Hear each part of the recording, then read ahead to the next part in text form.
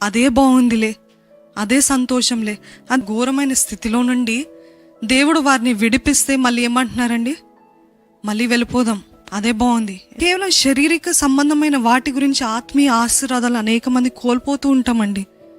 ఇప్పుడు మన శారీరకంగా మనకు వచ్చే భావోద్వేగాలు, ఎమోషన్స్, శారీరకంగా వచ్చే తలంపులు, ఫీలింగ్స్, అవన్నీ వాటినే అనుసరిస్తూ ఉంటాం. కానీ ఎంతసేపు మన భావోద్వేగాల ద్వారానే మనం నడుస్తూ ఉంటాం. కానీ ఇది నేను కొంచెం భరించుకుంటే, ఇది నేను కొంచెం ఓర్చుకుంటే దేవుడు నాకు ఉన్నతమైనది, శ్రేష్టమైనది, నాకు గొప్పది దయచేస్తాడు, I will hold on to this అని చెప్పరు. కానీ కొద్దిగా కష్టం రాగానే, కొద్దిగా పోరాటంగా ఉండగానే, కొద్దిగా అర్థం కాని పరిస్థితి రాగానే ఆ లైఫే బాగుంది కదా, దేవుడు లేని, లేకపోతే దేవుడిని ఇంకా తెలుసుకోలేదు, నేను ఇంకా లోకంలో ఉన్నప్పుడు ఎంతో ఆనందంగా ఉన్నాను కదా, ఎంతో సంతోషంగా ఉన్నాను కదా, ఈ కష్టాలని లేవు కదా, ఇవన్నీ ఇబ్బందులు లేవు కదా అని అనుకుంటూ ఉంటారండి.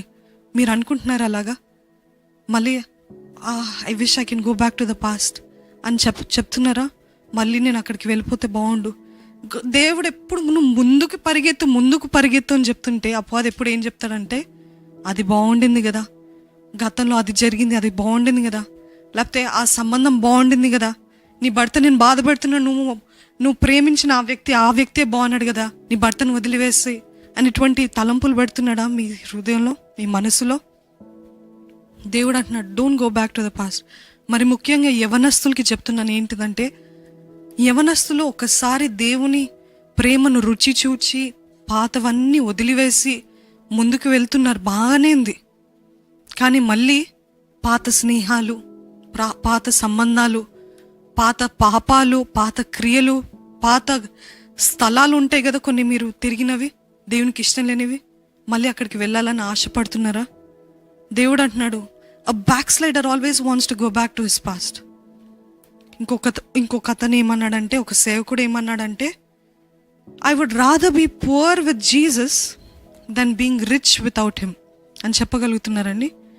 దేవునితోటి, యేసు ప్రభుతోటి నేను ఒక దీనుడిగా, లేకపోతే ఒక దరిద్రంలో ఉన్న వ్యక్తిగా అయినా ఉంటాను, కానీ ఆయన లేకుండా నేను గొప్ప ధనవంతుడిగా ఉండి ఏం లాభం?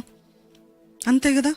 ఆయన లేకుండా మనం అన్ని సంపాదించుకుని, ఆయన లేకుండా మనం ఎన్ని పొందుకున్నా వ్యర్థమే కదండి.